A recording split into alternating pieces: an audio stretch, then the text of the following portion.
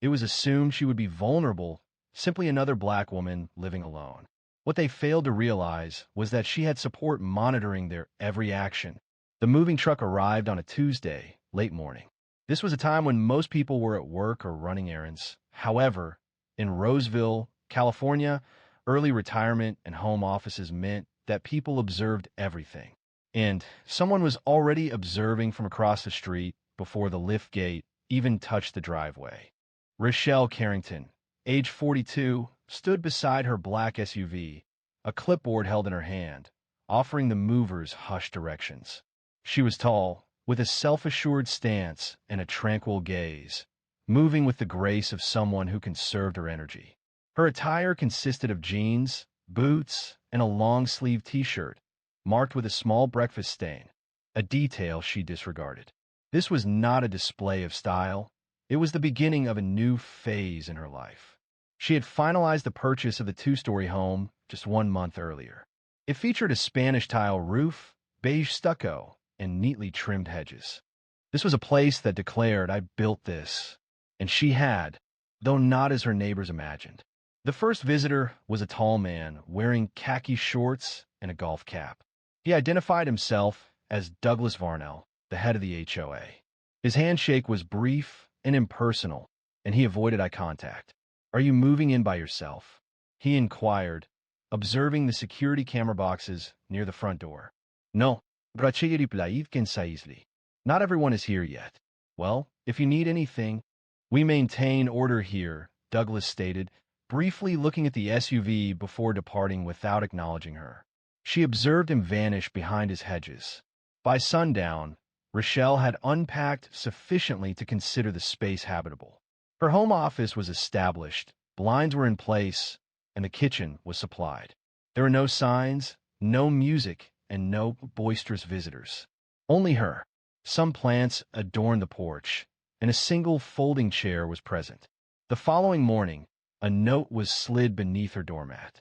Reminder: all porch decor must adhere to HOA regulations.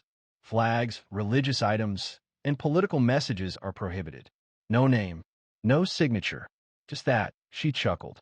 She didn't have a flag displayed, only a hand-painted ceramic sun her niece created in art class. It was hung askew beside the door. That afternoon, while adjusting her mailbox height, as the HOA had noted it was non-uniform, she observed a woman in yoga pants walking her dog slowly past her house. The dog paused, sniffing the grass, and the woman's gaze lingered a moment too long. "You new here?" the woman asked. "Looks like it," Rochelle responded, straightening. The woman offered a strained smile. "Well, the HOA is quite particular. It helps maintain the appearance of the neighborhood." "I'm familiar with the guidelines," Rochelle stated. The woman chuckled, but the sound lacked warmth. "That's good. We value a specific aesthetic for our neighborhood." The implication was unmistakable. Unbeknownst to them, beyond any prediction they could make, she had done more than simply read their book. She had studied classified briefing reports capable of disconcerting a senator. She had overcome language barriers, handled explosives, and participated in clandestine negotiations in countries she couldn't disclose. A neighborhood association would not deter her. Nonetheless, something felt amiss. She had relocated frequently, new towns, new cities, but the welcome felt staged. A forced pleasantness, conversations tinged with observation. Consequently, she installed the cameras, not out of suspicion, but out of readiness. One positioned above the door, another at the side entrance, and two angled in the front yard, addressing areas overlooked by most. That night, she stood on her porch with a glass of water, observing the street lights activate. A breeze rustled the leaves, and a lone car passed slowly, increasing its speed once it cleared her driveway. She felt no immediate danger, but also lacked a sense of ease. She dispatched a brief message from a disposable phone to a contact listed as Deb's Plumbing. Message content: settle incomplete. Activity already odd. Logging first flags. Standby. There was no response. She didn't require one. However, despite the stillness of that first week, Rachel sensed that the tranquility wouldn't persist for long. Within the second week, a subtle unease began to develop. The first sign was a formal notification affixed to her mailbox concerning parking regulations. The notice stated, "Driveway must be kept clear of oversized vehicles. Please use garage for storage." Her SUV was properly positioned, not obstructing pedestrian access, not encroaching on a neighbor's property, and it accommodated comfortably within the driveway. She removed the notice and placed it in the recycling bin. The following day, an unfamiliar man stood at the edge of her lawn, arms crossed, observing her as she watered the succulents in front of her bay window. "Hello," she called out. He remained silent, simply staring, before slowly walking away. That night, a second note appeared, printed entirely in capital letters.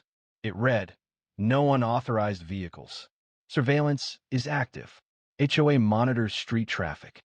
Surveillance. The irony caused her to laugh. She reviewed the surrounding area once more. Everything appeared normal, with the exception of a mounting feeling that someone, or multiple individuals, disapproved of her presence. Several days passed, and then the police arrived. It was shortly after 6 p.m. golden sunlight illuminating the porch. A patrol car stopped and parked directly in front of her home. Two officers, courteous but formal, approached. "Ma'am, we received a call regarding a disturbance," one of them stated.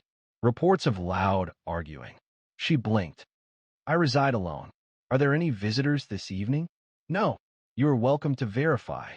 They did not enter, but they recorded a few observations and then departed. 15 minutes elapsed before she observed Douglas Varnell once more. Identical khaki shorts, same gait. He did not approach the door this time, merely stood close to his mailbox, engaged in conversation with a woman in yoga pants. Both glanced towards her. Rachel opened her front door and stepped outside, signaling that she was aware of their presence. Douglas nodded once. "Just checking to ensure everything is all right over there," he called out. "I'm all right," she responded. "Good, the police visit when things don't conform to the regulations. Noise complaints, misuse of property. I pay the same fees as everyone else," she stated calmly. He raised his eyebrows, seeming to consider that a provocation, and then returned to his messaging. Later that week, the trash collection bypassed her house completely. While every other container on the street was serviced by sunrise, hers remained uncollected. She contacted the sanitation department. There was no record of a missed pickup request, they stated. "This might seem unusual," she commented, "but is it possible someone reported my house as vacant?" The woman speaking on the phone hesitated briefly. "Indeed, yes. That's what appears in the notes." Rachel took a slow, deliberate breath. "I reside here. We will resolve this."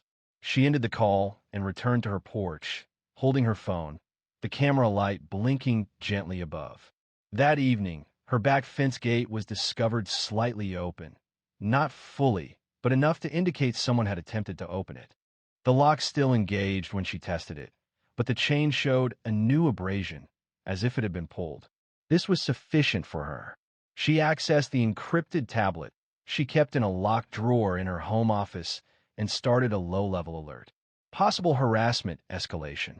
Passive monitoring began. Authorization to activate detail. Moments later, a reply. Authorization approved. Detail shifting from secondary to active. Karina Bell had lived 2 doors down for years. She was a retired postal worker who enjoyed begonias and frequently discussed her knees, seemingly avoiding conversations about politics. However, the residents of Briar Hollow Court were unaware that Karina had previously worked in logistics within international security, a confidential role originating from Langley many years prior. She was indebted to Rachel, a significant debt. That favor had now been requested. The following morning, Karina arrived at Rachel's door, presenting a basket of muffins and a quiet smile. She mentioned she thought you might appreciate some company, Rachel said. Rachel agreed and moved out of the way.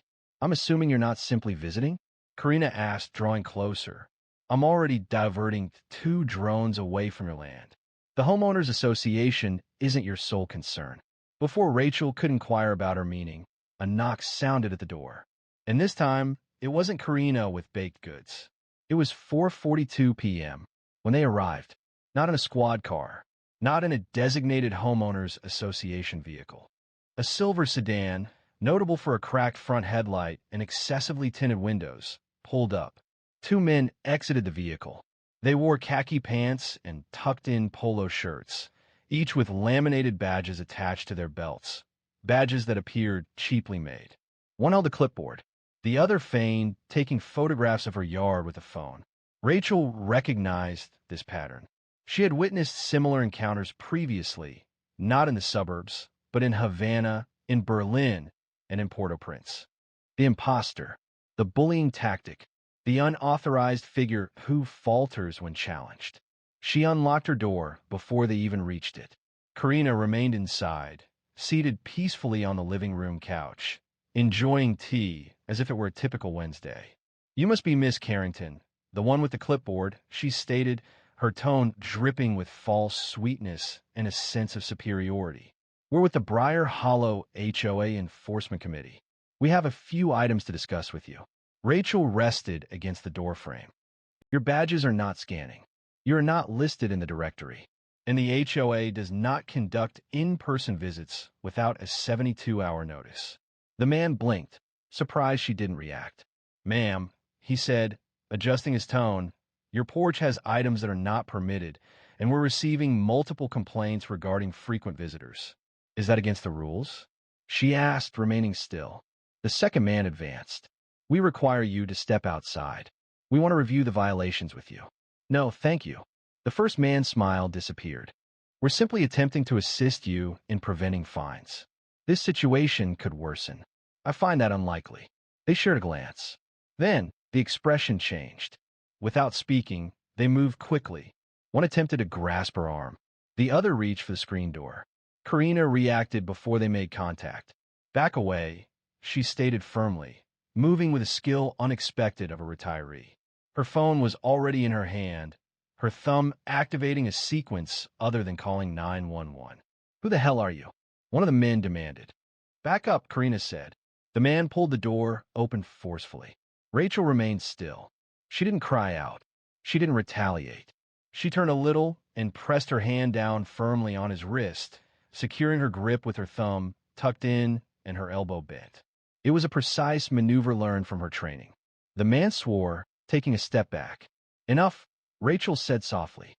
They weren't prepared for that. The second man recovered quickly. He moved forward again, but the sound of tires on gravel caused all three to stop. Two dark SUVs entered the street.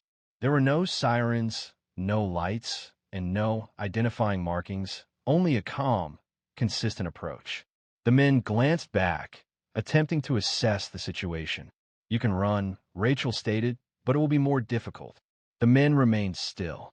One appeared to be breathing heavily, while the other attempted to appear composed. Shortly after, both SUVs stopped.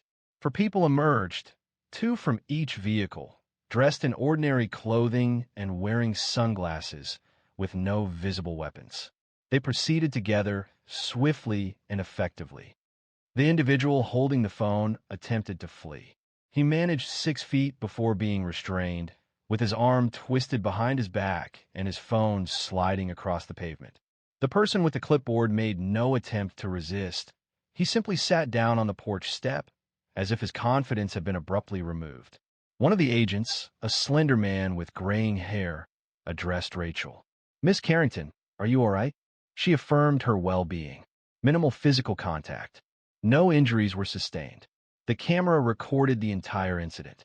"Excellent," he stated, then turned to Karina. Karina shrugged, acknowledging the notification. The timing felt correct. Within 10 minutes, the two individuals posing as law enforcement officers were secured, their identities confirmed, and they were positioned on the curb, resembling reprimanded children. Residents started observing from behind curtains. Several opened garage doors and lingered in the darkness, feigning sweeping activities. No one intervened. Even Douglas Varnell, the taller of the two men, now in handcuffs, finally spoke. "We were just trying to make sure the neighborhood stayed safe." "From what?" Rachel inquired. He remained silent, but his eyes' movement towards the Douglas Varnell house indicated his intentions clearly. The other man's gaze directed at Douglas Varnell's house was observed. It wasn't missed by Rachel. It wasn't missed by the agents. It wasn't even missed by Karina, who now stood quietly beside the porch steps, arms crossed, her eyes fixed on the street as if observing a chessboard illuminate. An agent, a woman in her late 30s with a distinct New Jersey accent, overheard the interaction. She gave a single nod to her colleague and walked along the sidewalk towards Douglas's front door. He did not respond to the knock. Shortly after, the agent requested a second team. There were no sirens, only unmarked vehicles as previously. It was a display of clean, cold, silent efficiency. By this time, several more neighbors had emerged, remaining close to mailboxes and speaking quietly among themselves. None of them moved closer to the house. Rachel remained seated on her porch, still and observant, watching the events transpire. Karina stood beside her, a hand gently touching the porch rail. He never was that bright, Karina murmured. You know him? Rachel inquired. Not personally, but I've been observing his cameras for weeks. Rachel lifted an eyebrow. The ones he stated were for wildlife? Yes. It was peculiar how the wildlife seemed to resemble women walking their dogs or brown children on bicycles. The clipboard guy was escorted into one of the SUVs. The other individual, identified as Ronan Kessler, had a sealed juvenile record and resided just outside city limits. Both were hired laborers, not residents. However, their paychecks provided a lead. One of the agents returned to the porch, crouching to Rachel's eye level. We are currently reviewing surveillance footage. Your neighbor across the street has cameras. We are obtaining access through municipal override. The agent paused. Do you think he is connected? I believe whoever is orchestrating this considered you an easy target. Rachel gazed across the street.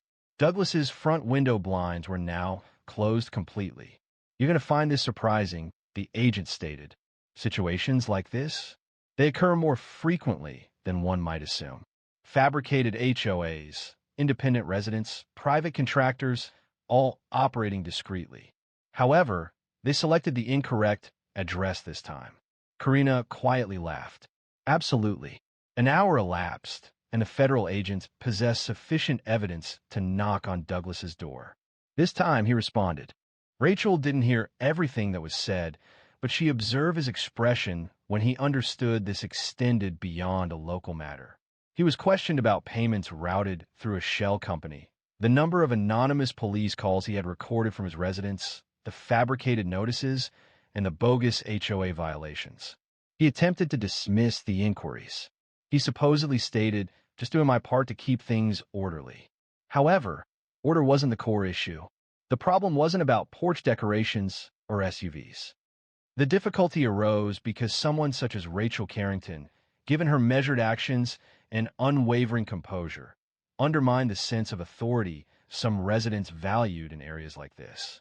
They were unaccustomed to someone who didn't require their validation. Now, each of their methods had been recorded, the timing noted, and data compared. Returning to the porch, Karina moved nearer. Are you all right? I'm fine, Rachel replied. But I'm weary of this routine. Karina offered a slight smile. Perhaps a rewrite is in order. By evening, news had circulated. 2 arrests were made, a federal investigation commenced, and a request for voluntary interviews was sent to several homeowners on the block. Remarkably, no one questioned how Rachel had reacted so swiftly or why tactical agents had arrived in less than 10 minutes. They were unaware of the agency clearance, the debt of gratitude, or the discreet surveillance that had been ongoing for the past 5 weeks. Most importantly, they didn't realize who they were confronting as what seemed like a simple removal became a public event. Now, it was impossible to ignore what lay hidden just below the surface. By the next morning, the neighborhood felt shaken. It was evident in the closed garage doors, in the disrupted routines of morning walkers, and even the talkative couple on the corner remained silent. The normal pace was broken, and everyone understood the reason. Rachel was on her porch once more, holding coffee and with one leg crossed. There was no music, no book, only observation. She had experienced observation previously, in locations where a smile directed at the incorrect individual could result in detention. However, here in Roseville, the interactions followed a subtle understanding. Neighborhood expectations, community principles, safety anxieties, harassment disguised in a cardigan. Karina approached mid-morning, a file held beneath her arm. She remained silent until she was seated. They were digging deeper than I thought, she said. We caught 3 more devices near your yard, hidden in sprinkler heads. Rachel blinked. They planted audio? Worse, motion sensors, thermal reads. Somebody was building a case for something, or pretending to, from across the street. Another neighbor, an older woman named Leanne Price, peered through her curtains. This time, she didn't flinch when their eyes met. She was the one who called the cops on you. Twice, Rachel said quietly. Karina refrained from questioning how he possessed that information. Later that afternoon, a federal vehicle made a return visit, this time carrying official documents, subpoenas. The investigation had broadened. An examination of Douglas Varnell's finances uncovered a series of payments directed to private neighborhood enforcement agents working through a business named Civic Harmony Consultants, LLC. Their actions extended beyond simply fabricating HOA credentials. They were components of a loosely structured system designed to instill intimidation. This operation wasn't recent, nor was it particularly well concealed. The matter simply hadn't faced scrutiny before. Until now. Now, with a formal federal document involved, it was receiving serious consideration. A representative from the HOA board arrived later that day, appearing distressed. A quiet woman, Marisol Dupree, holding a notepad and offering apologies frequently. We weren't aware, Miss Carrington, she said. Douglas managed all enforcement concerns. We hadn't authorized any personal visits. He informed me you had, Rachel said. Marisol averted her gaze. I am truly sorry. Please don't apologize. Rachel emphasized the need for transparency, stating, let people know what happened. We will. Before Marisol departed, she hesitated at the foot of the porch steps. If it means anything, we're grateful you didn't retaliate, that you remained calm. Rachel responded, I didn't remain calm. I remained prepared. News of the incident spread beyond the cul-de-sac. By the weekend, a local news van arrived. The reporter did not make contact, simply filming discreetly from a distance until federal agents requested they depart. The incident was already gaining traction online. A recording from a neighbor's Ring camera captured a portion of the confrontation, including the fake HOA badge, the shouting, and the takedown. When the clip appeared on social media, it ignited widespread anger. This wasn't solely due to what occurred with Rachel, but also because the situation resonated with many. Messages flooded in from across the country. One person shared, "This happened to my dad in Austin." Another recounted a similar experience in Phoenix, noting that the police sided with the HOA. The pattern of individuals wielding rules as a tool, it's a genuine problem. The streets of Roseville became a subject of discussion, not due to their well-maintained lawns or excellent school ratings, but because of what occurs when private power believes it can operate without accountability. Later that night, Karina brought over 2 glasses of wine. The sun had set. The porch light hummed gently above them. You thinking about moving? She asked. No, Rachel said. Not yet. Karina nodded. Good, because it's different now. They know someone's observing from a distance, but the significant change wasn't among the neighbors. The realization dawned on Rachel. She understood how silence allowed them to operate and how a carefully chosen reply could effectively halt that activity. 2 days elapsed before a discreet meeting occurred at an unremarkable building close to the Sacramento Municipal Complex. There was no media coverage, no sensational announcements. Simply a table, 4 chairs, and 3 individuals who possessed a true understanding of how things functioned. Rachel was positioned at the far end, wearing all black and with a manila folder placed before her. Directly facing her was Agent Colin Braddock, the lead investigator for the now-active federal inquiry into Civic Harmony Consultants. A DHS cybersecurity representative sat to his left, their expression unreadable. Karina was positioned on Rachel's right, maintaining her usual composure. What you're dealing with, Braddock began, extends beyond this HOA, or even this neighborhood. The group you identified? They have been operating in clusters across several western states. Rachel acknowledged this with a nod.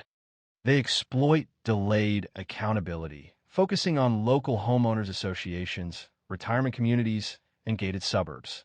Braddock indicated a tablet.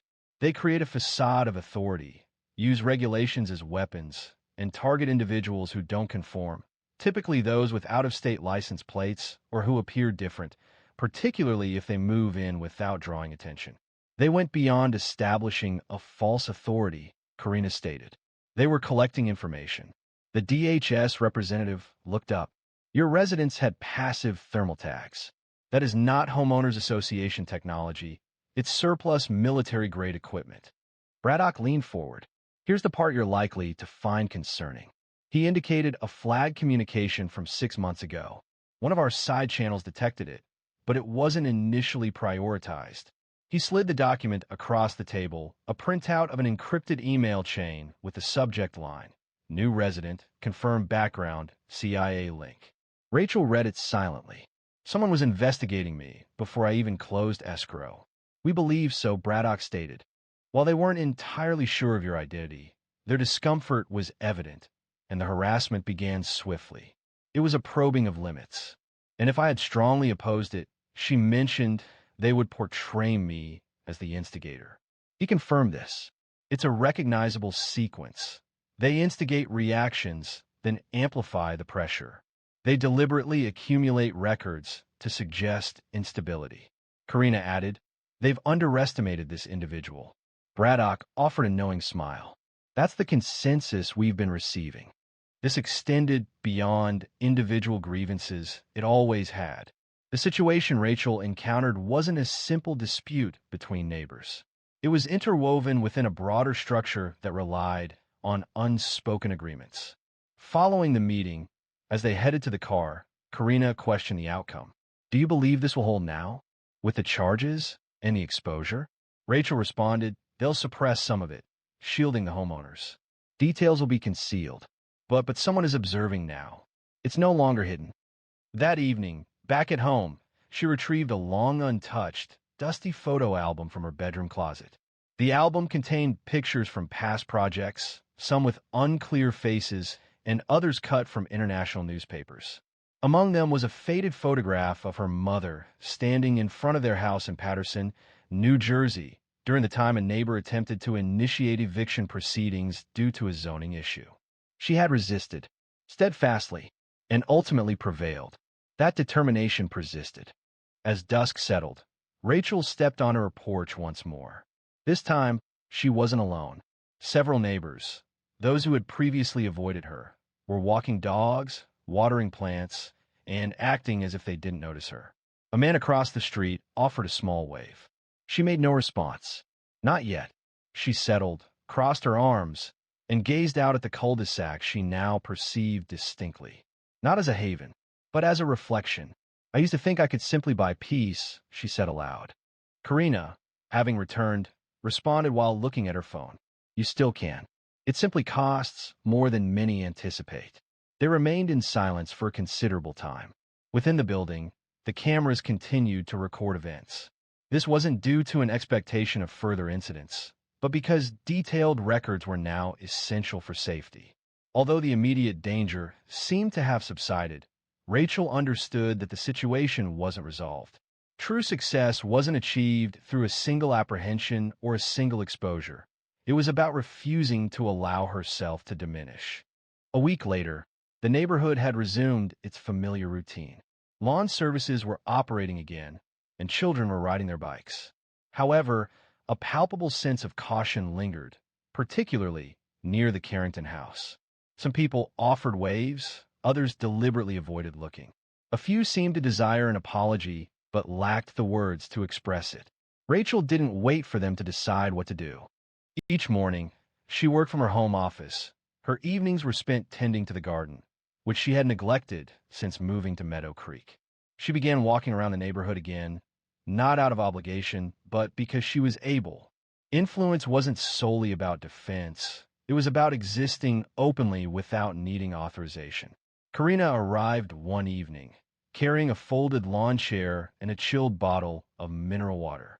I thought I'd keep you company, she said. They sat quietly for a while, observing the sky transform into a gentle orange hue. "I've been thinking," Karina stated.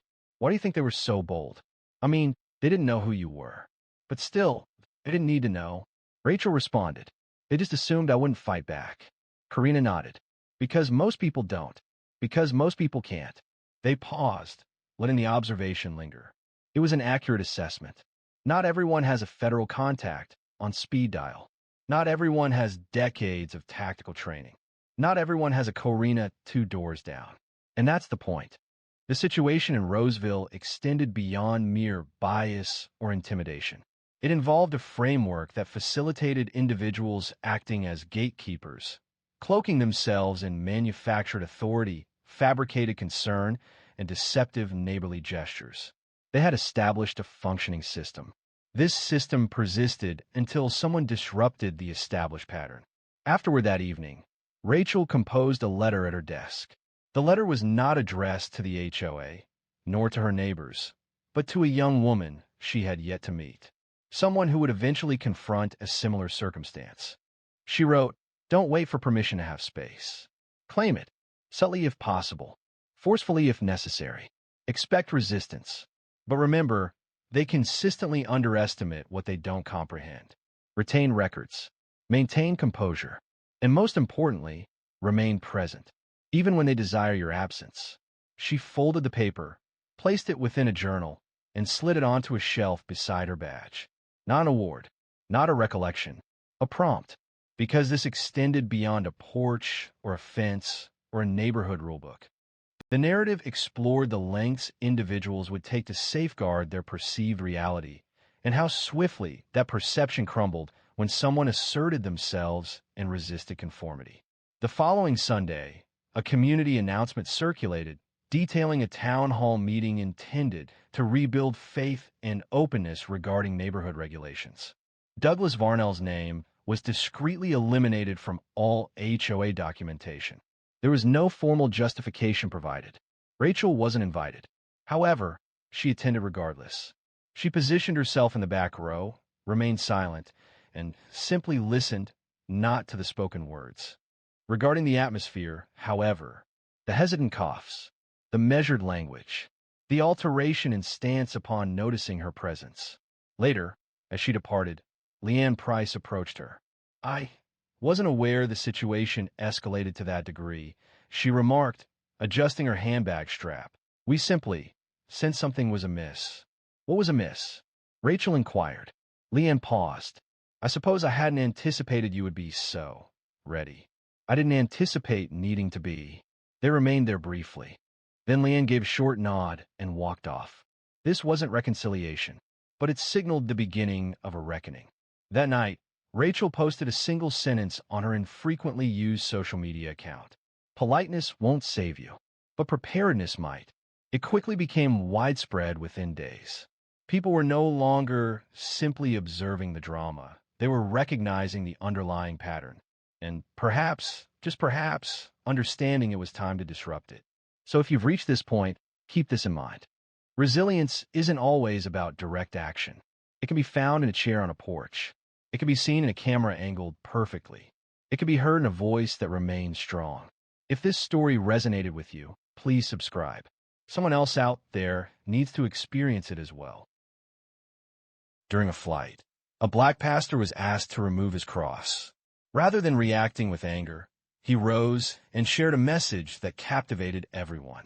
It was a pleasant Friday morning in late April when Pastor Elijah Rowe entered Raleigh-Durham International Airport through the sliding glass doors, pulling a small black carry-on behind him.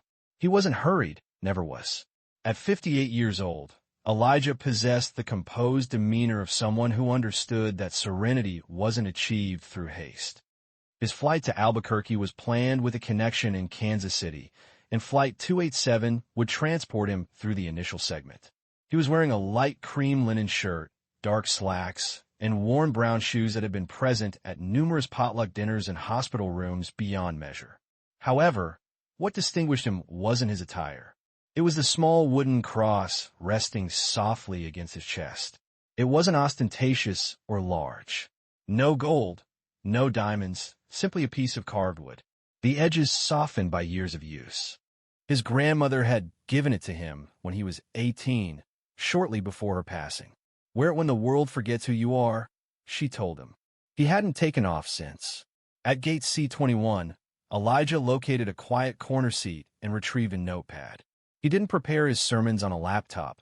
He favored paper, appreciating the sound of pen against page. This week's message concerned forgiveness, once more. He quietly chuckled to himself. "It feels as though I'm meant to continue sharing what I'm still discovering," he murmured, taking a sip of lukewarm coffee from a paper cup. The boarding call came promptly. He rose, offered a pleasant good morning to the gate agent, and proceeded down the jet bridge. He gave a brief acknowledgement to the flight attendant stationed by the door. A tall woman with a formal demeanor and a precise tone. "Seat 22, Elijah spoke quietly to himself as he walked down the aisle. A young man was already settled into 22B, wearing headphones and a hoodie. Elijah offered a polite smile and took a seat by the window. The boy didn't acknowledge him. That was acceptable. Elijah didn't require conversation to feel at ease. He positioned the cross against his shirt and continued writing in his notebook. After 15 minutes, the cabin door closed. The aircraft began to pull away from the gate. The standard announcements were made, followed by the familiar, somewhat jarring sound as the plane accelerated down the runway. Elijah murmured a brief prayer as the plane ascended into the sky. He was halfway through his outline on Luke 6 when a voice broke his concentration. "Sir," a woman's voice said from the aisle. "Sir, excuse me." Elijah looked up to see the same tall flight attendant from earlier, standing beside him. "Yes, ma'am?" he asked, his eyes gentle. She did not smile. "Could you please tuck your necklace into your shirt?" Elijah blinked. "My cross." She nodded. "We've received some complaints." He looked around, surprised. "From whom?" She replied quickly, "I can't disclose that. We simply request that passengers be considerate of items that may cause discomfort to others." He studied her face for a moment. There was no warmth in it, no opportunity for discussion. "I'm sorry," Elijah said slowly, "but this necklace isn't a display. It's my faith. It was my grandmother's." "Sir, I'm not attempting to argue with you," she said, her voice tightening. "I'm requesting that you please comply with a straightforward request so we can avoid any additional issues." "Is this an airline policy?" Her lips formed a thin line. "I need your cooperation," she stated. The young man in 22B adjusted his hoodie and looked at Elijah, then averted his gaze. Elijah kept his hands still on his notebook. He hadn't raised his voice, hadn't moved. "I'm sorry," he repeated, his tone even quieter this time. "But I won't be hiding it." The flight attendant released a breath through her nose, appearing visibly annoyed. "I'll be back," she said, and then turned and left. Elijah leaned back in his seat and looked out the window. Below them, the clouds spread out, a vast expanse of brilliant white. He touched the cross carefully, his thumb tracing the worn rim. This feeling wasn't unfamiliar, not precisely. Yet it felt altered, as if something had changed, though he couldn't yet identify what. The flight continued, and so did their discussion. The drink cart was 2 rows behind when she returned, without a smile, without warmth. She maintained the same rigid posture and that precise, formal tone, making each word feel like a protocol rather than an exchange. "Sir," she repeated, standing before Elijah's row, her arms now crossed. "I must ask you once more to secure the necklace." A woman 2 rows above expressed that she finds it objectionable. Elijah didn't reply immediately. He observed her intently. Her name tag indicated C. Densmore. Her uniform was immaculate, with not a single thread amiss. She repeatedly looked at the other passengers, seemingly searching for support or an observer. He focused his gaze forward.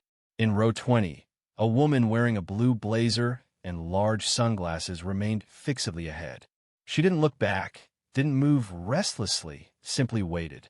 "I understand what you're saying," Elijah responded steadily. "But I am innocent. I haven't spoken to anyone. I'm simply sitting here quietly. Why is this necklace causing a problem?" Claire Densmore's jaw tightened. "This isn't concerning your silence.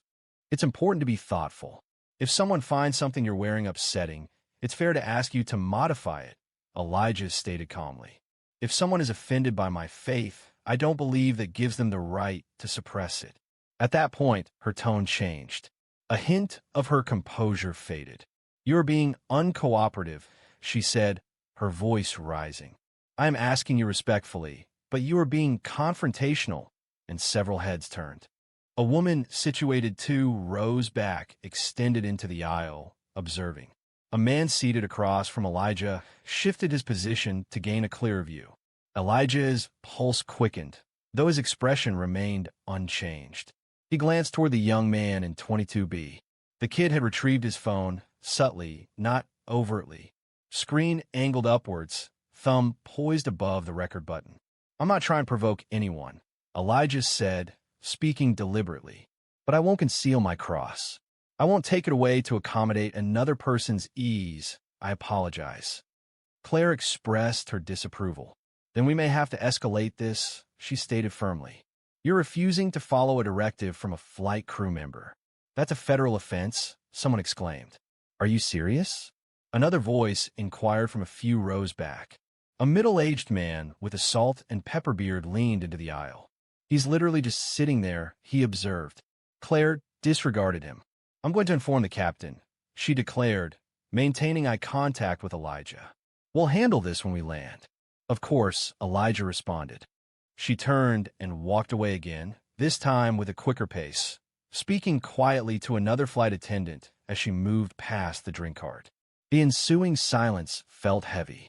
Elijah remained still in his seat, his pen still held between his fingers.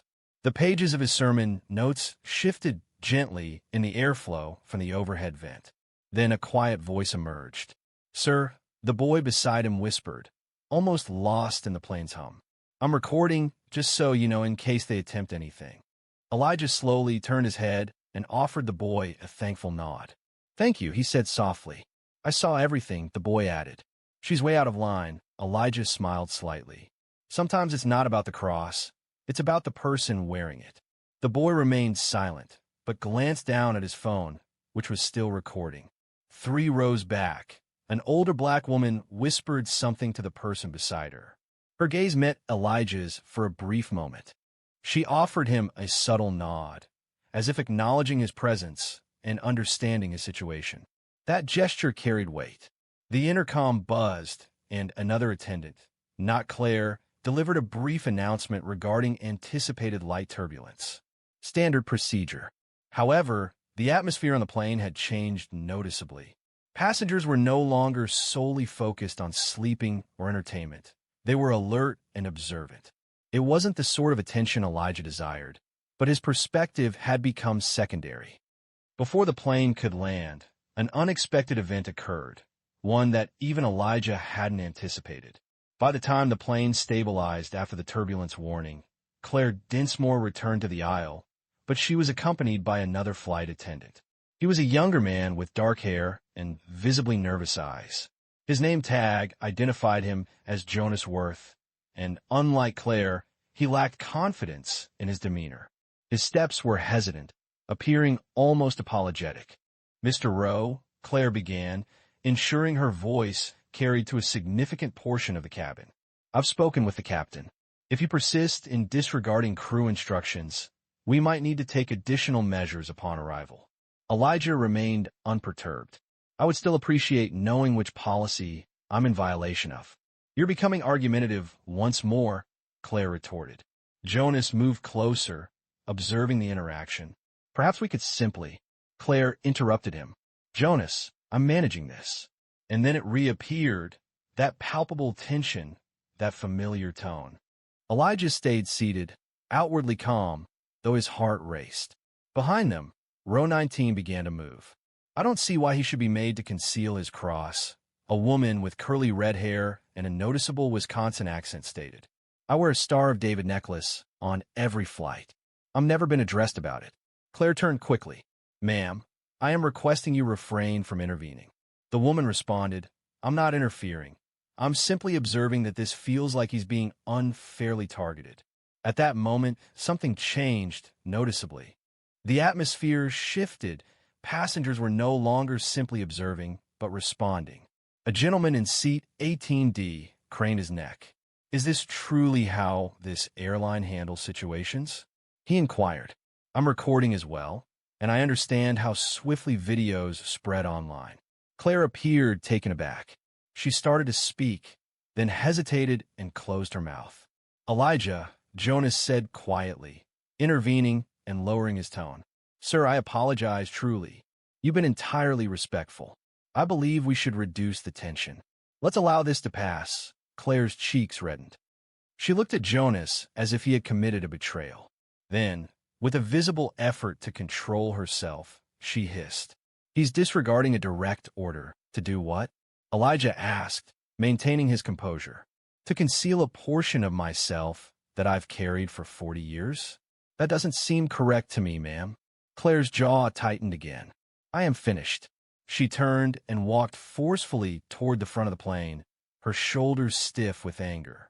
Jonas remained behind, feeling unsure. I apologize for all of this, he said softly to Elijah. I believe she misinterpreted the circumstances, she responded. I think she understood perfectly, Elijah said calmly. She simply didn't approve of what she observed.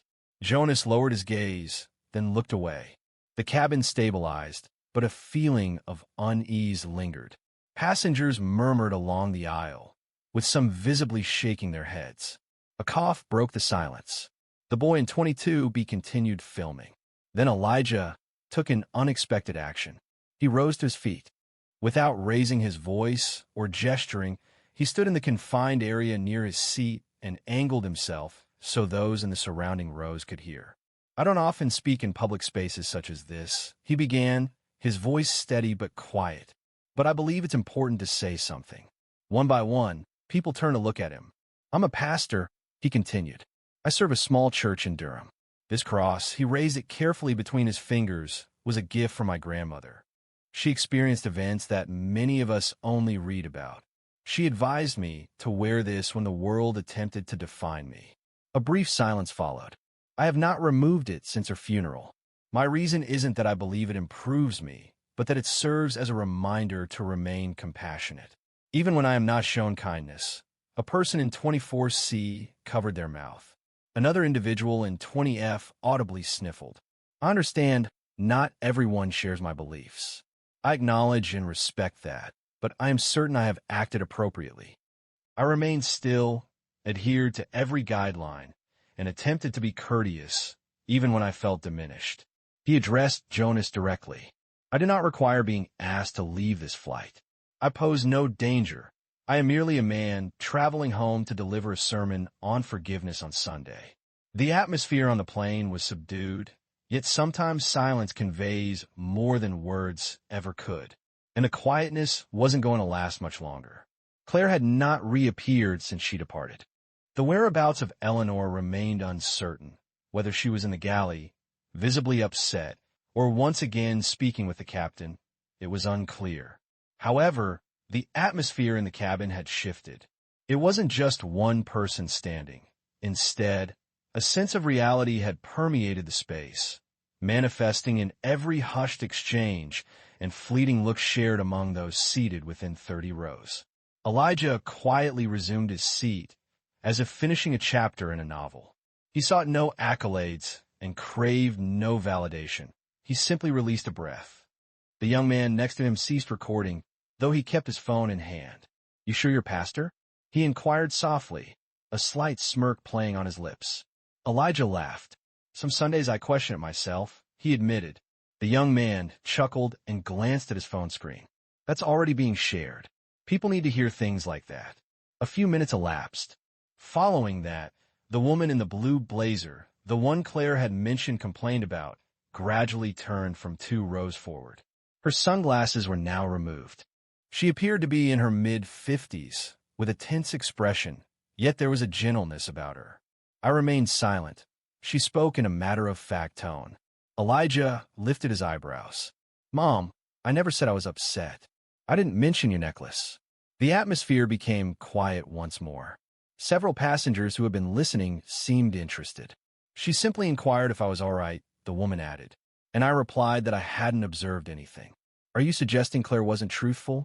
Someone murmured behind Elijah. The woman in the blazer remained silent.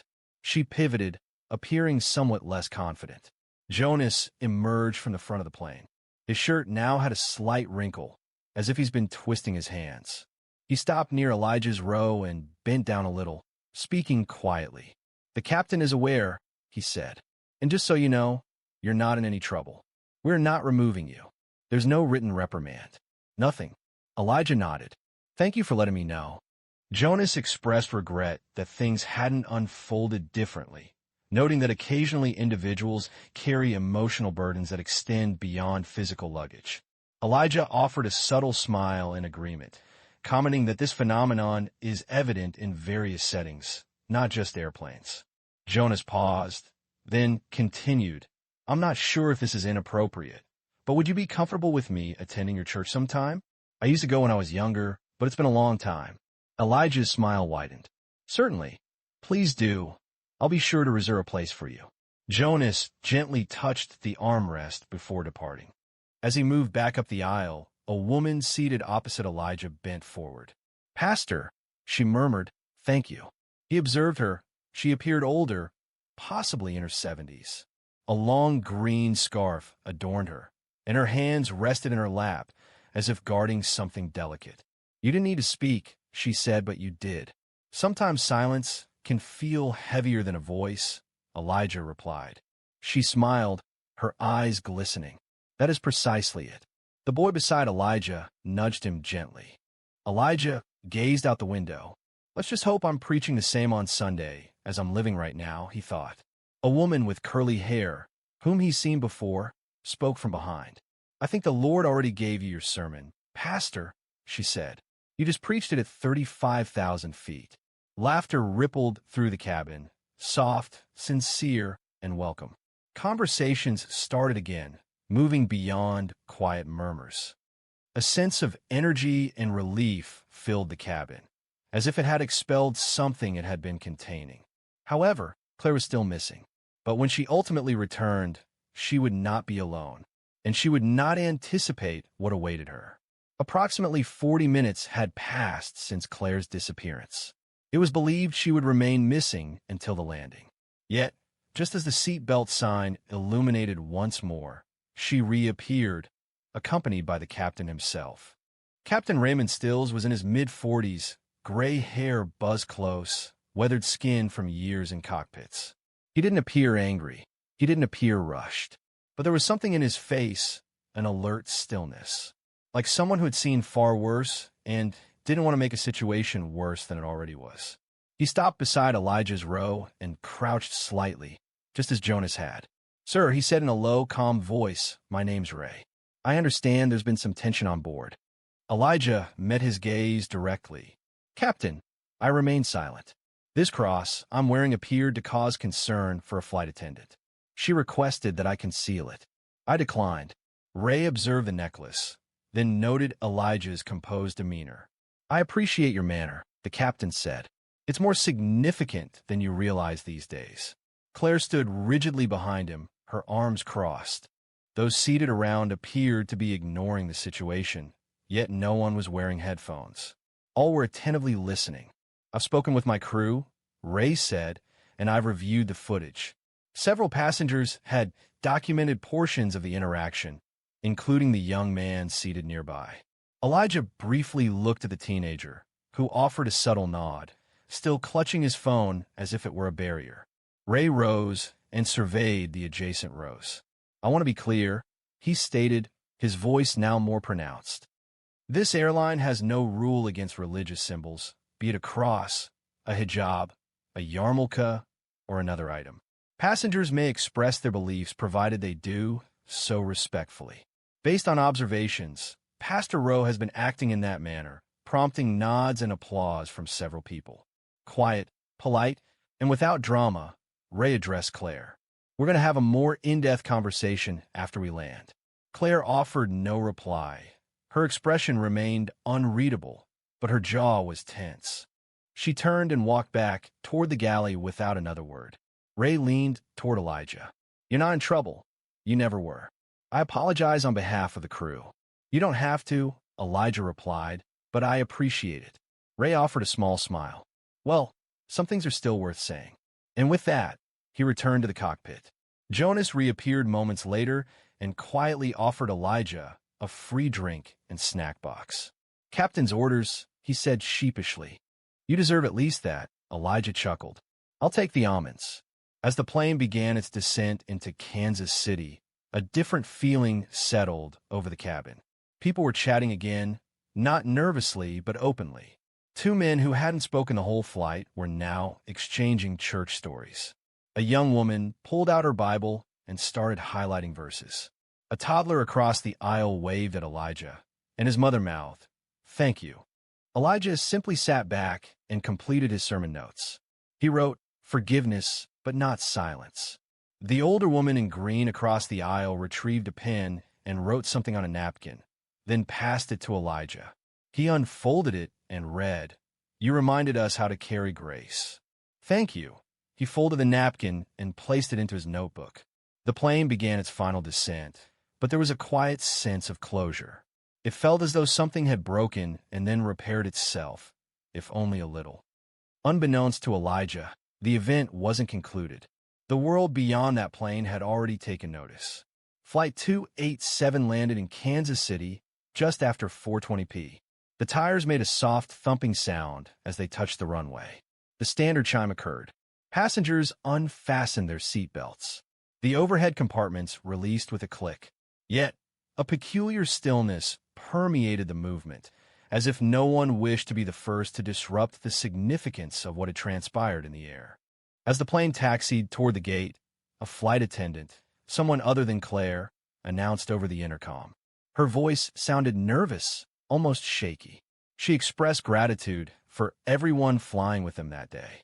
For those continuing their journey to Albuquerque, boarding would resume shortly after a brief pause. Elijah waited patiently. He consistently prioritized allowing others to disembark first. He remained seated with his hands resting on his notebook, his cross still noticeable as the aisle emptied. When he eventually stood to collect his bag, Jonas greeted him at the plane's front.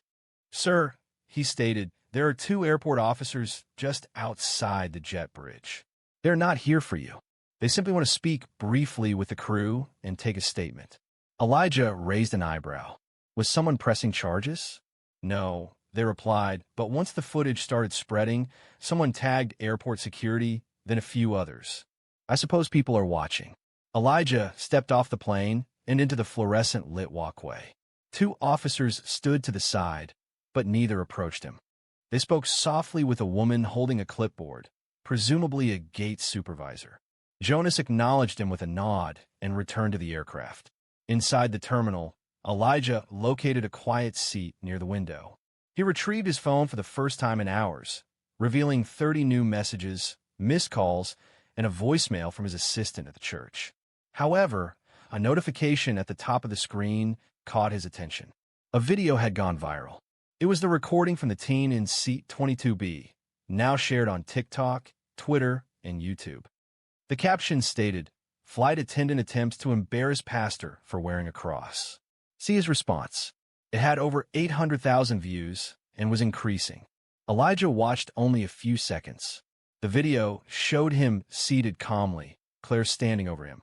Her voice was sharp, his reply quiet and steady. Then it shifted to his impromptu speech, the cross visible between his fingers. He turned the phone face down. He disliked attention, always had. He wasn't a person seeking headlines or clicks. A deeper feeling resonated within him. It wasn't pride, nor was it fear. It was the weight of being observed. A few minutes passed, and the teenager from 22B approached him. "Hey," the boy said, slightly winded. "I'm getting off here. My layover is in KC. I just wanted to say thanks again for not reacting negatively." Elijah smiled. "You accomplished more than I did." "You spoke the truth," the kid laughed. "No, man, you experienced it. I simply captured it on video." He extended his hand. "I'm Tyrell, by the way." "Elijah," they responded, shaking hands. The boy departed, his phone still in his hand, now with a more upright posture. Elijah reclined and rubbed his eyes. The day's burden began to weigh heavily on him. Immediately, his phone vibrated, displaying a message from his assistant. The church board viewed the video. They requested he address the matter on Sunday. Discussions about it were widespread. He rested his head against the terminal window. Outside, a plane was ascending. The engines created a powerful roar. The sun had descended just enough to illuminate the wings in gold. This was not what he had envisioned. He had come seeking tranquility and found himself amidst turmoil. Yet, perhaps storms were not always intended to be averted. For sometimes, the most profound teachings begin well before the formal setting and resonate far beyond the conclusion of a journey. Sunday morning arrived sooner than Elijah anticipated. He stood behind the pulpit at Grace Fellowship in Durham, the same location where he'd delivered sermons almost every week for the preceding 18 years. However, this time, the atmosphere felt altered. The seating was more densely filled. Unfamiliar faces occupied the pews, some from different churches, and others seemingly from nowhere. Phones were already capturing video before he began speaking. He chose not to start with scripture this time. He advanced, set his notes to the side, and surveyed the audience. Most of you viewed the video. He started. Some of you shared it, while others placed calls. Some expressed anger. Some inquired why I didn't shout, why I didn't call her out, why I didn't fight back. He paused, allowing the atmosphere to become still. I've considered that as well. I've been reflecting on it consistently since. There were no microphone issues, no sounds of discomfort, just a quiet stillness. I remained composed on that plane, not from a place of fragility or fear, but because I've experienced enough to understand that the most prominent voice isn't always the most powerful. Occasionally, fortitude lies in remaining still when every instinct urges action. Occasionally, it's about declining with composure rather than anger, heads affirmed throughout the sanctuary. I didn't display that cross to instigate anyone. I wore it because it serves as a reminder of my identity. And when someone asks you to conceal the very essence that formed you, you are presented with two options: suppress your being to ease others, or remain steadfast and allow the resulting unease to reside with another. He glanced across the first row. Terrell was present beside Elijah's assistant. He offered a slight smile. The incident on that flight affected everyone. It highlighted how frequently we are instructed to be less assertive, quieter, and more accommodating. However, the reality is that one's beliefs, personal narrative, and cultural background are not liabilities. They are not something to be regretted, nor are they expendable. He touched the small wooden cross he wore and lifted it with care. My grandmother gifted me this not for its appearance, but for its enduring significance. She told me, "They'll try to take your voice. Don't hand them your silence, too." A low murmur ran through the crowd. Grief, pride, recognition. He took a deep breath. I don't hate the woman from a plane. I'm not angry, but I hope she saw something that day that challenged her. And I hope we all remember, just because the world can't carry your truth doesn't mean you need to hide it. He stepped back. The congregation stood without prompting. It wasn't applause. It wasn't noise. A palpable sense of unity arose, as if a profound understanding transcended mere words. Following the service, Elijah emerged into the fresh spring air. Individuals approached him, extending handshakes, embraces, and cards. Some were visibly moved to tears. One woman gently placed her hand on his shoulder and quietly said, "You gave me permission to stop hiding." By that evening, the video had garnered 3.2 million views. Media organizations began contacting him, requesting interviews and soliciting editorials. But Elijah remained focused on his local community. His inbox remained full, yet his hand continued its work, visiting a family in the hospital, organizing food for the shelter, and completing the next week's sermon. The cross never left his neck. And for each story that arrived concerning someone standing up, speaking out, or simply choosing not to shrink, he'd whisper a quiet prayer. Not for praise, but for courage. The kind that doesn't roar, just the kind that remains. Because real change doesn't always begin with a protest or a headline. It begins with one person choosing to remain present. And if this story resonated with you, please don't simply move on, but share it, discuss it. And always remember to remain true to yourself, even when it's simpler to conform. The CEO, known for his quiet demeanor, entered his own dealership incognito. What he overheard a salesman say to a struggling single mother abruptly halted him and initiated an unforeseen sequence of events. Derek Belton appeared unremarkable, certainly not the person who authorized salaries for 137 employees. He wasn't wearing a blazer, didn't carry a briefcase, and he arrived without a driver. That morning, he wore faded Levi's, well-worn sneakers, and a Tennessee Titans cap shading his face. He would be unrecognizable, even to the regional manager he had dined with 2 Fridays prior. He parked his black 2011 Honda Accord a short distance away. It wasn't a necessity. He possessed the means for a garage full of luxury vehicles. However, today was not about displays of wealth. He walked the additional block quietly, noticing the texture of the pavement with each footfall. As the dealership appeared, the signage, crisp and prominent, displaying Belton Auto Group across the glass, caused him to hesitate. His name. But what was happening beneath the surface? The concerns had initially surfaced as quiet remarks. A customer in Murfreesboro reported being sold an extended warranty she didn't comprehend. A family in Franklin alleged their monthly payment differed from the agreed-upon amount. These were minor issues. However, they caused Derek to question things. This location in Charlotte, Tennessee had consistently been a high-volume dealership. It specialized in mid-range vehicles and enjoyed strong sales. People trusted this dealership, or they once did. The showroom doors opened as he entered. The air held the scent of coffee and Armor All. A bell chimed above him, yet no one acknowledged it. Derek surveyed the area. There were 3 sales desks and 2 salesmen engaged in conversation by the corner water cooler. A woman managed the reception desk, absorbed in her phone.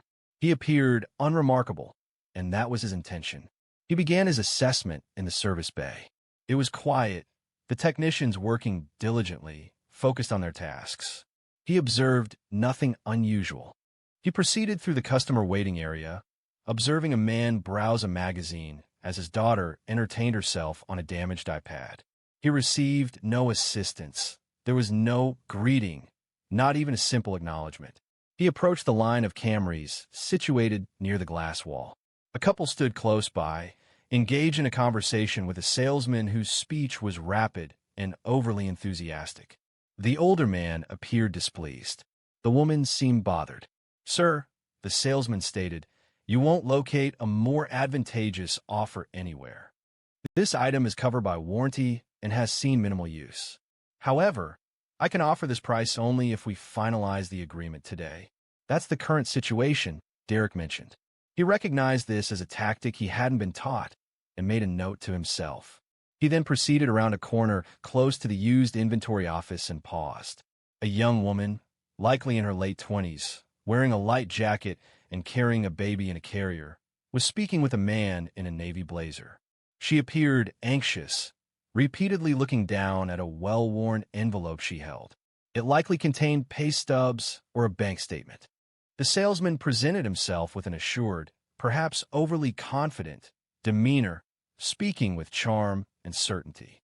"You're receiving full coverage for the first 3 years?" the salesman stated.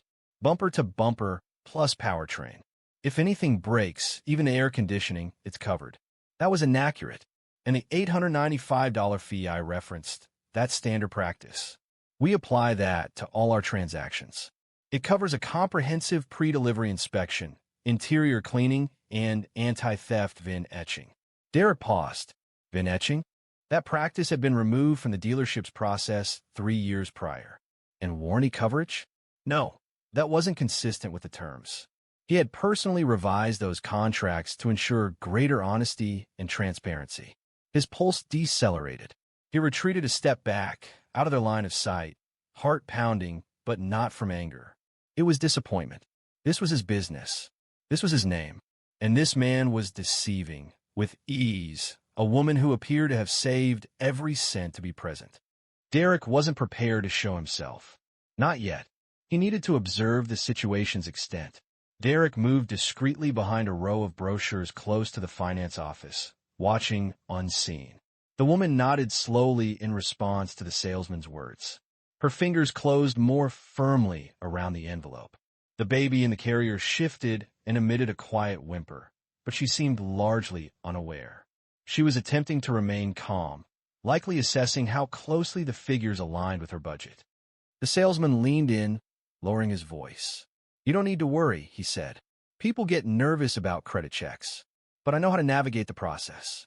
I'll get you into a vehicle today, even if we have to be resourceful." She hesitated, her eyes flicking toward the exit. But the salesman kept his tone steady, reassuring. Too smooth, too confident, Derek clenched his jaw, then turned away. He didn't want her to feel observed.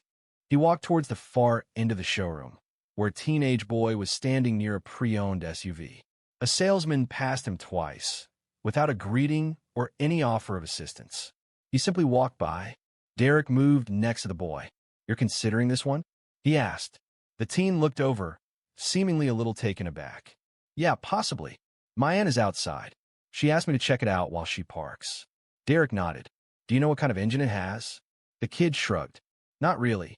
She simply requires a secure environment. Her vehicle malfunctioned last week, another incident. Another customer was missed. It was hurtful, not due to the lost transaction, but because it confirmed everything for Derek. At some point, they had ceased to listen, stopped acknowledging individuals. And it wasn't just a single problematic employee. It was a prevailing attitude, a recurring behavior. He proceeded towards the reception desk. The woman still hadn't looked up. She tapped her screen, chewing her gum, scrolling. Derek positioned himself in front of her, simply to gauge the situation. 10 seconds elapsed. Then 20. At last, she raised her head and blinked. "Oh, do you have an appointment?"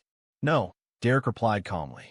"Just browsing," she responded with a languid smile, gesturing vaguely towards the floor. "They'll get to you." They did not. For the subsequent 30 minutes, Derek moved between various departments. The only assistance he received came from a young lot attendant named Trevor, who appeared to be no older than 19. He noticed Derek close to the service entrance and offered, "Sir, do you need anything? We have water inside. I can get you a brochure if you're interested in the new hybrids." Derek smiled and replied, "I'm good. Thank you." He then asked, "What's your name?" Trevor responded, "Trevor."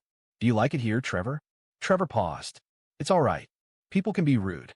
Not just customers, but sometimes managers too. I prefer to keep to myself." "Do they treat customers fairly?" Trevor looked down. Most of the time. There was no bitterness in his tone. Derek placed a reassuring hand on the kid's shoulder. "Be careful who teaches you what," he advised. Trevor looked at him, then nodded. Before Derek could say anything further, a familiar laugh came from the glass hallway.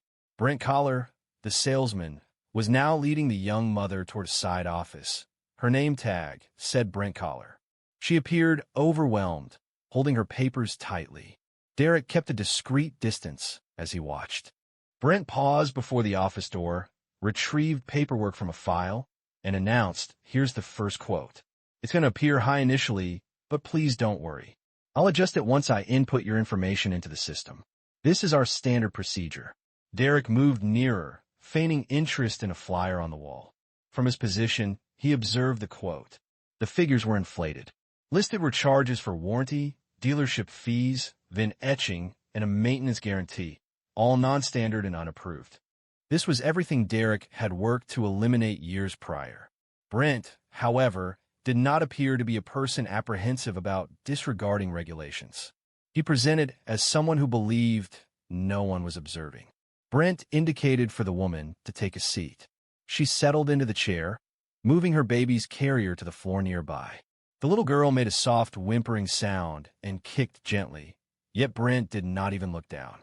His gaze remained focused on the documents he held, turning pages, emphasizing sections, and drawing circles. Each action appeared rehearsed, refined, and routine. "We're going to structure this to ensure your monthly payment stays under $350, he stated. The woman offered a slow, cautious nod.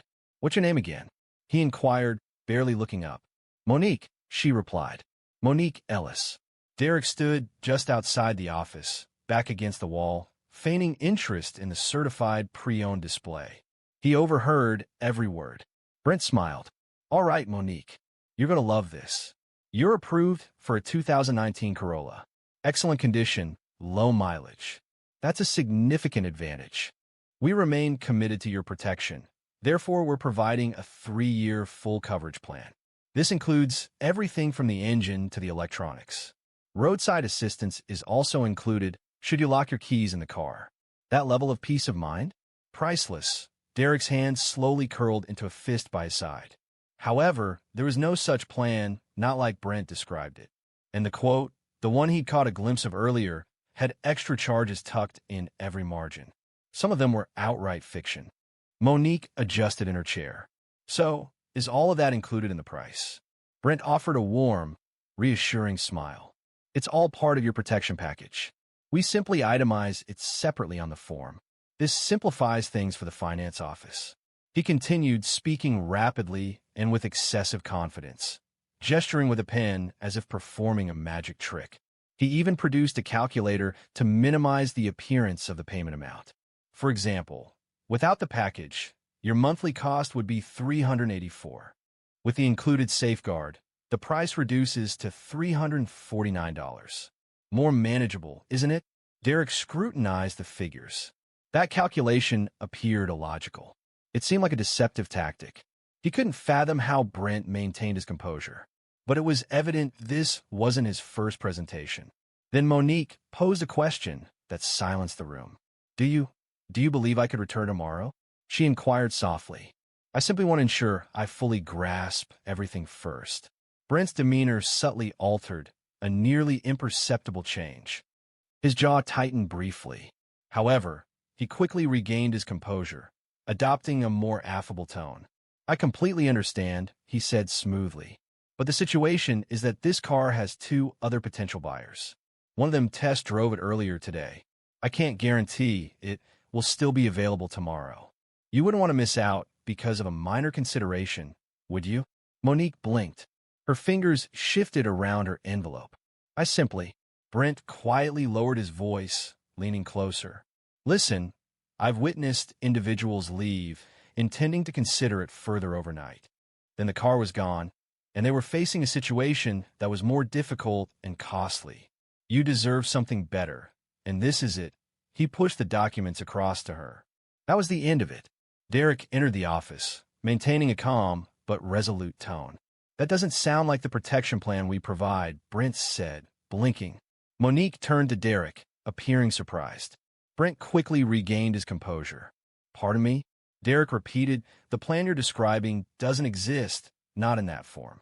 Brent lifted an eyebrow, assessing Derek. Do you work here? Something like that. Brent chuckled dryly. Look, I don't know who you are, but I've been here for 4 years. I know the packages inside and out. Derek pointed to the quote. Show me where it says full electronics coverage. Show me where VAR and etching is required. Show me the breakdown. Brent hesitated. It's in the system. Finance will explain it better. No, Derek said flatly. You explain it right now. Monique rose slowly in front of her, holding her baby close. Brent's face flushed. I don't have to deal with this. You're not even. But he stopped speaking. The general manager had just appeared behind Derek, his eyes wide. Mr. Belton, the manager said. Brent's mouth dropped open. Derek didn't smile, didn't say a word. He turned toward Monique. I'm sorry, he said softly. This isn't how we treat people. Not here, not under my name. But this wasn't over, not yet. The repercussions extended beyond a single falsehood. The room seemed to contract the instant the name, Mebleton, was spoken. Brent's complexion turned ashen. His assured demeanor disappeared, as if it were vapor on a chilled surface. Monique looked back and forth between the 2 men, bewildered, still cradling her baby, uncertain of the situation she's entered. Derek subtly turned to the general manager, standing in the doorway. He requested a conference room, speaking softly. Jeff Lorman, the manager, a man with a flushed face, nodded and indicated a hallway located at the rear of the showroom. Derek turned to Monique and spoke in a quiet, reassuring voice. Please come with me. I want to correct this. She paused briefly, then followed. Her movements were deliberate but hesitant. The baby began to stir again, perhaps reacting to the palpable tension. As they passed the workstations, The entire level appeared to become silent. Telephones ceased their ringing, and conversations were interrupted. Several employees glanced over their workstations and angled towards one another, speaking quietly. Trevor, the lot attendant from earlier, positioned himself close to the entrance and offered Derek a knowing look, but remained silent. Within the compact, glass-enclosed conference room, Derek drew out a chair for Monique and settled opposite her. Jeff entered behind them, appearing noticeably uneasy. Brent followed, attempting to seem unconcerned, but without success. He folded his arms and rested against the distant wall. Derek took the folder Brent had put on the table. "Is this the quote you gave her?" he asked, not looking up. Brent moved slightly. "Yes." Derek opened the folder, laid out the pages, and circled several numbers with a pen from the table's holder. "Explain these," he said. Brent sat up straighter. "Look, I don't know why I'm being questioned." "Explain them." Brent paused. He looked at Jeff, hoping for support, but Jeff avoided his gaze. "I mean, those are standard charges. Everyone includes them. Do you have documentation showing these fees were authorized?" Derek inquired. "They should be in the system." "No, they aren't," Derek replied, his voice gaining strength. "I was involved in revising the system. That VIN etching fee? It was discontinued in 2021. Powertrain coverage? It's limited to 5 years, not the comprehensive coverage you advertised. You added more than $2,000 in fabricated fees to a customer who came here simply trying to purchase a secure vehicle for her baby." Monique's hands trembled a little as she listened, but she did not speak. Her gaze remained on the document. "You stated the payment would be $349, Dara proceeded. "That is achievable only if she provides a down payment you failed to disclose. Furthermore, the interest rate you presented to her is inflated by a minimum of 2.5%. You are not just misleading Brent, you are being dishonest." Brent moved away from the wall and straightened. "I have consistently met my quarterly goals. Customers leave satisfied. I understand sales, all right?" Derek moved closer. "You know how to apply undue influence. A distinction exists." Jeff finally spoke. "Derek, I didn't know he was doing all that, I swear. We've been busy and the numbers have been good." "That's exactly the problem," Derek interjected. "You cared about the numbers, I cared about the people." Monique rose then, slowly, her face flushed with embarrassment and anger. "I thought this was a good place," she said quietly. "I really thought this was different." Derek turned to her. "It was supposed to be, and I'm sorry it wasn't." He reached into his back pocket, retrieved his wallet, and produced a card. "This is my direct line. I will personally ensure you receive a fair deal. If you desire the car, you'll obtain it at the correct price, free of unnecessary complications." She accepted the card deliberately. "Thank you," she said. "We'll have someone else manage the paperwork," Derek added. "Someone who doesn't fabricate figures." Brent's arms fell to his sides. "Clean out your desk," Derek stated, rising. "You are terminated here." There was no room for discussion. You were aware of that, yet disregarded it. Brent didn't object further. He left abruptly, speaking quietly to himself. No one pursued him. Derek addressed Jeff. "We aren't finished talking either," he stated. "I'll see you in your office in 10. Subsequently, he held the door for Monique and guided her back towards the lobby. People glanced around. Conversations began anew, subdued and apprehensive. Derek remained silent until they arrived at the reception desk. He regarded the woman seated there. "Did you greet her upon her arrival?" The receptionist hesitated, then swallowed. "I don't recall." Derek slowly shook his head. "Begin to recall, or begin searching." However, dismissing a single employee wouldn't resolve the underlying issues. Derek recognized that a cultural shift was necessary, or the company would decline from within. Derek was seated alone in Jeff Lorman's office, gazing out at the dealership floor through the blinds. A heavy silence filled the room. From behind the closed door, the usual showroom sounds had resumed. The usual sounds filled the office: casual chatter, the click of footsteps on tile, and ringing phones. However, a new feeling now permeated the atmosphere, a sense of unease. He glanced up as Jeff entered, his movements uncertain.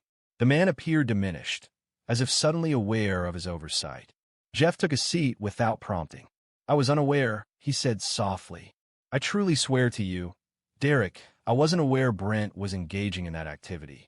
But you were aware of something, Derek responded. You knew complaints were increasing. You were aware that deals were becoming more competitive. You were also aware that customer satisfaction scores decreased last quarter, and you attributed it to the surveys used. Jeff remained silent. Derek moved forward, resting his elbows on the desk. What happened to what we created here? He asked. I thought we were performing well, Jeff stated. The numbers were strong. Staff turnover was minimal. I assumed perhaps the industry simply shifted slightly. The industry didn't shift, Derek responded, maintaining a calm tone. We did. We lost sight of why people initially came here. We ceased prioritizing customer relationships and began focusing on achieving sales targets. Jeff sighed, massaging his face. So what's the plan? We need a thorough overhaul, Derek stated, and that extends beyond dismissing Brent. I require a review of every transaction from the past 90 days. Reimburse any clients where the terms weren't transparently conveyed. Furthermore, I want individual meetings with each salesperson. I need to understand their training processes, the priorities they receive, and to identify anyone else who believes it's acceptable to deceive customers with a friendly demeanor. Jeff acknowledged slowly. And one more thing, Derek added, I want Trevor in my office next week. Jeff blinked. The lot kid? Derek replied, yeah, he's one of the only ones who looked a customer in the eye today. That matters. A knock at the door interrupted them. The receptionist appeared, visibly nervous. Mr. Belton, the customer, Monique Ellis, is still in the lounge, she said. She said she's waiting for her ride. Derek stood. Please get her a bottle of water and offer her a seat in the private lounge, away from the plastic chairs near the vending machine. Make sure she feels valued. The receptionist acknowledged promptly and went to attend to the request. Derek returned to the showroom. Several employees glanced up, but there was no conversation. Some consciously avoided eye contact. Monique was situated in the far corner, her baby now asleep in the carrier beside her. She appeared weary, not only physically, but also emotionally drained. He approached her gently. This is a lot, he admitted.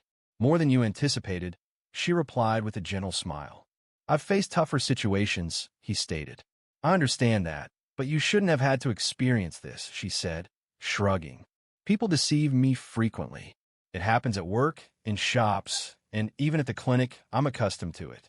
That comment resonated more deeply than he anticipated. You shouldn't be exposed to that. Certainly not here. That's my responsibility.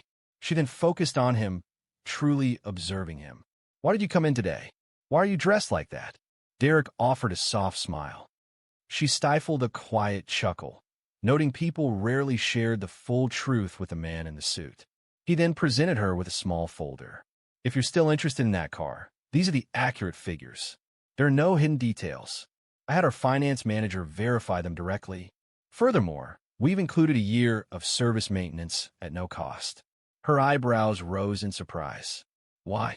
He replied, because someone needs to remind this place of its values. Shortly after, a silver hatchback, distinguished by a missing hubcap, arrived to take her away. Her sister signaled from the driver's seat. Monique rose, corrected the carrier, and glanced back at Derek. Don't let them ruin what you built, she said. I won't, he replied. She exited without a backward look.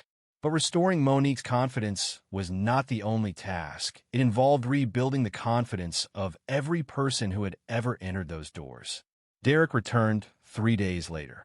This time, there was no disguise, no cap, no jeans. He was dressed in a tailored navy suit and entered through the front doors as if he belonged. And in truth, he did. This wasn't intended as a display of dominance. It was a matter of responsibility. The entire staff had received notification that morning. Scheduled meetings were canceled, and phone lines were redirected to voicemail. The dealership remained open, but no sales transactions would occur prior to 11 a.m. Derek had arranged a company-wide meeting, and every employee attended, including those on part-time shifts. The group assembled in the break room, squeezed together amongst vending machines and aged chairs. Several were leaning against the walls. Trevor stood toward the rear, his arms crossed, but attentive. Jeff was seated near the front, a notebook open but unused. Derek addressed them, speaking plainly without a microphone or podium. I established this company in 2004, he began, not through investors or a franchise agreement, but with a used car lot situated behind a barbecue joint in Murfreesboro. During the first week, I sold 3 cars, personally washing each one. Some individuals quietly expressed amusement. At that time, I wasn't sure if I would succeed, but I possessed 2 valuable assets: my reputation and my commitment to honesty. I consistently ensured I could fulfill any promise made and avoided dishonesty when closing deals. The atmosphere in the room was now quiet. However, a significant shift has occurred, he continued. This isn't limited to a single salesperson. It's about how we compromise on minor details and prioritize speed over customer care. We've begun to see individuals as sales goals rather than human beings. That's not what I built. That's not who we are. He looked around the room.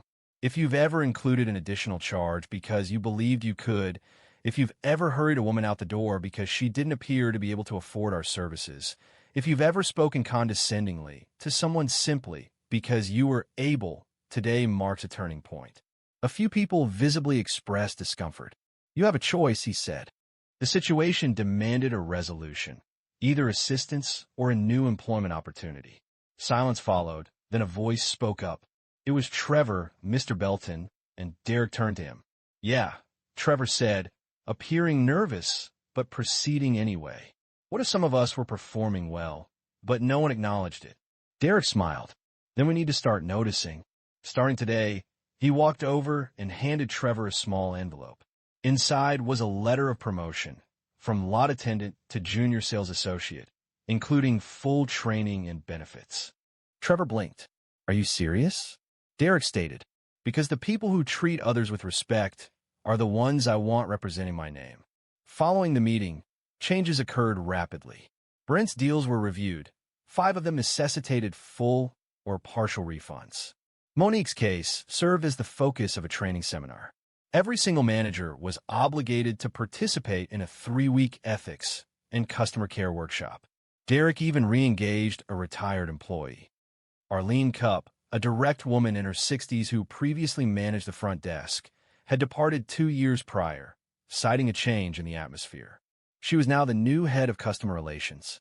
Arlene's initial action involved installing a glass wall separating the sales desk and the finance office, ensuring transparency in all communications. Derek walked through the lot that Friday, observing the staff's interactions. A subtle shift permeated the atmosphere, not flawless, but calmer, more deliberate, stemming from understanding rather than apprehension. He observed a young salesperson patiently explaining trim-level differences to an older gentleman, ensuring he was heard.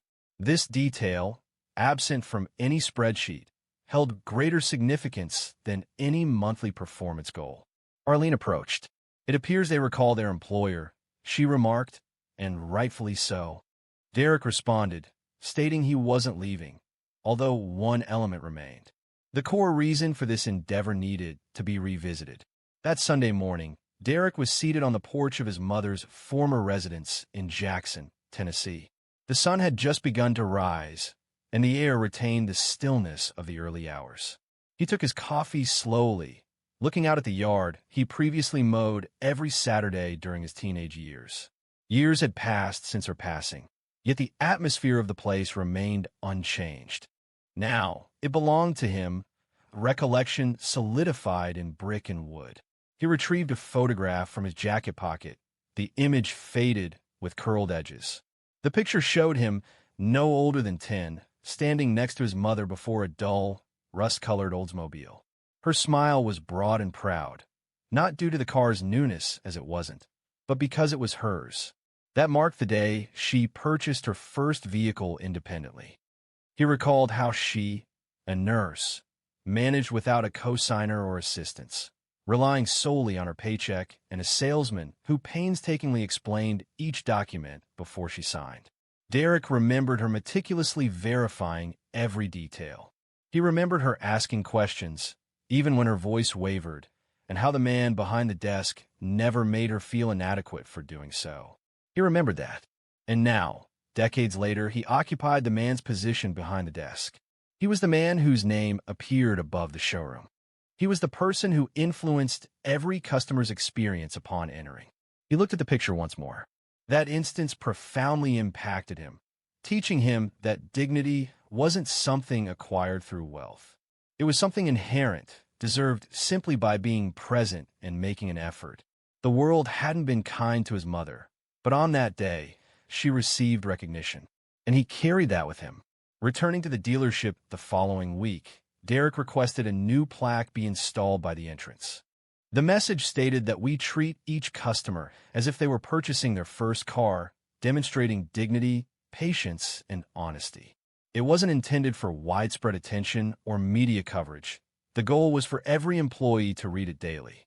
Trevor read it every morning, first thing. Monique returned a month later to have her car serviced. She entered wearing a hoodie, holding her daughter, and smiled upon seeing Trevor at the desk. "You remember me?" she asked. He smiled in return. "Of course I do. We had her in that silver Corolla, correct?" She affirmed. "She's performing well." They continued their conversation briefly, covering minor details, and the interaction felt comfortable, because now it felt natural. Derek observed from his office, unnoticed, simply watching. He didn't require attention. He desired none. The focus wasn't on him. The purpose was this: you don't establish a successful business solely on profit. You build it on trust, on the manner in which you treat people when you believe no one is observing. He learned that from his mom. He communicated this to others via Brent. And now, with each handshake, each sale, each explanation provided without pressure or misleading information, he was restoring it. Incrementally, deliberately, that's what integrity truly represents. Not something asserted, something safeguarded. For once lost, regaining it demands all your resources. And Derek Belton refused to allow his reputation to signify anything other than honesty. If this story resonated with you personally, if it brought to mind a time you felt disregarded, or a time someone championed you when they weren't obligated to, please subscribe. We have more stories coming that speak to the heart, not just the headline.